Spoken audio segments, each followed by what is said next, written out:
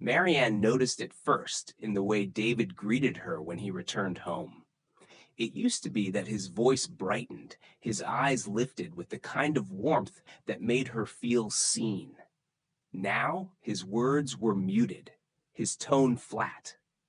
He'd come in the door with a distracted nod or a cursory hello before setting down his briefcase and disappearing into another room. It was subtle, almost imperceptible to anyone else, but to Marianne, it was a stark contrast to the man who once rushed to embrace her.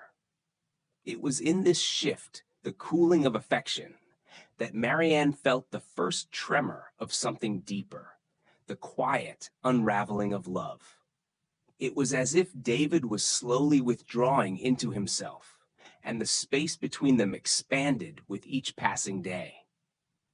The second sign revealed itself in their conversations, or rather, the lack of them. Dinners once filled with laughter and stories from the day had been replaced by silence. When Marianne tried to ask him how his day had gone, he would answer with a shrug or a few short words, then return his focus to his phone or the television. The effortless flow of dialogue that once knit them together now felt stilted, forced. Marianne found herself filling the void with small talk, her words echoing unanswered into the quiet space they shared. Soon, David's physical presence became less comforting. The third sign crept in through his absence. He started staying late at work or finding reasons to leave the house, citing errands that never seemed to end. When he was home, he was distracted, distant. The moments of togetherness they used to share, watching a movie, cooking dinner, dwindled into separate routines. Marianne would find herself sitting alone, the glow of the television flickering in an empty room. The fourth sign struck Marianne deeply, as it was the one that spoke the loudest. David stopped noticing her. When she wore a new dress or styled her hair differently, he didn't seem to register it. Compliments disappeared, as did the small gestures of appreciation, a gentle touch on the arm, a whispered, "You look beautiful."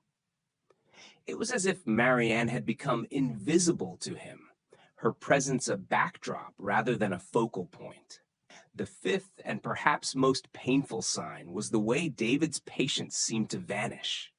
Small disagreements that once ended with a laugh or a quick resolution now spiraled into cold silences or abrupt dismissals. His tolerance for her quirks, the ones he used to find endearing, had eroded into irritation.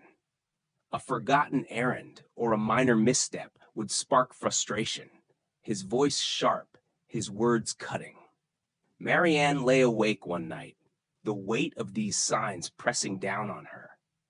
She realized that while David hadn't said the words aloud, his actions were speaking volumes.